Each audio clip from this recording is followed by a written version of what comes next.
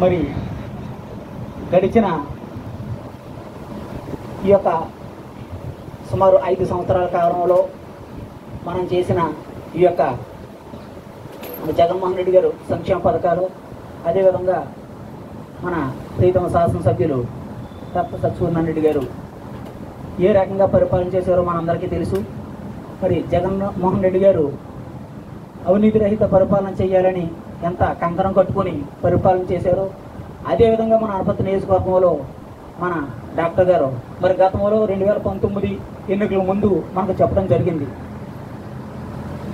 నేను ఎమ్మెల్యేగా నెగ్గినట్టయితే నా యొక్క కార్యకర్తలందరూ కూడా మా డాక్టర్ గారు నీతిమంతుడు అని చెప్పి తల ఎత్తుకుని గర్వంగా చెప్పుకునే పరిస్థితుల్లో నేను పరిపాలన చేస్తానని చెప్పి మనకు మాట ఇవ్వడం జరిగింది. అదేవిధంగా మరి మనం చూసాం ఈ యొక్క 5 సంవత్సరాల నుంచి మరి ఎక్కడ మరి ఎటువంటి అవినీతికి తోవ లేకుండా ఏ రకంగా అయితే మాట ఇచ్చారో అదే రకంగా పరిపాలన అందించడం జరిగింది. మా అందరికీ మన కళ్ళెదర మనం చూసాం. మరి ఈ నెల 13వ తేదీన జరిగిన ఎన్నికల్లో మరి ప్రతి ఒక్కళ్ళు కూడా మన వైఎస్ఆర్ కాంగ్రెస్ పార్టీ కార్యకర్తలందరూ కూడా ఎంతో కృషి చేసి ఎంతగానో మరి మండుటెండలను సైతం లెక్క చేయకుండా ఈ యొక్క ఎన్నికలకి సర్వీస్ చేయడం జరిగింది.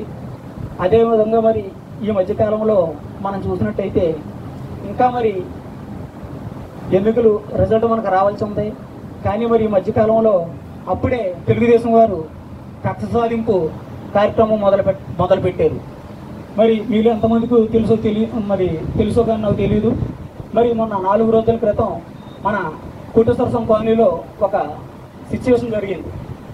అక్కడ ఒక సోషల్ సర్వీస్ నిమిత్తం కాలేజీ అమ్మాయిలు గట్ట బస్సు ఎక్కడానికి ఇబ్బంది అవుతుందని చెప్పి మరి మన కార్యకర్తలు నాయకులు అక్కడ ఒక బస్ షెల్టర్ని ఏర్పాటు చేయడం జరిగింది.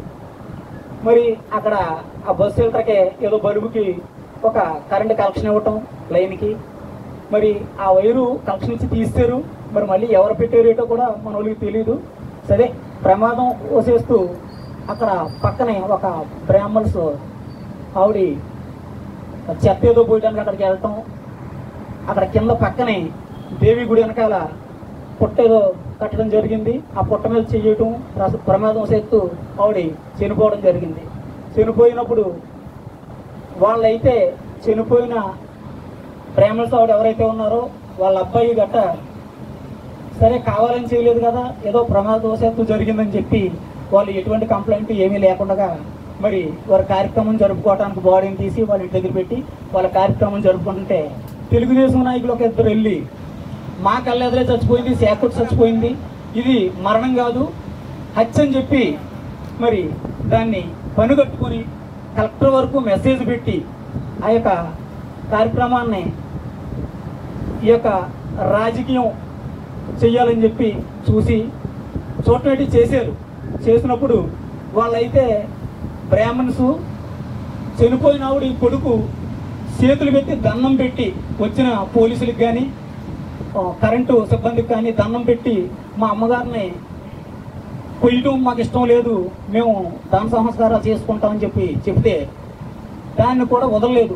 నిజంగా బ్రాహ్మణ్స్ అంటే మరి చాలా గౌరవంగా దైవభక్తితో దేవుడి తర్వాత గౌరవించేది బ్రాహ్మణ్స్ని గౌరవిస్తారు హిందూ మతంలో.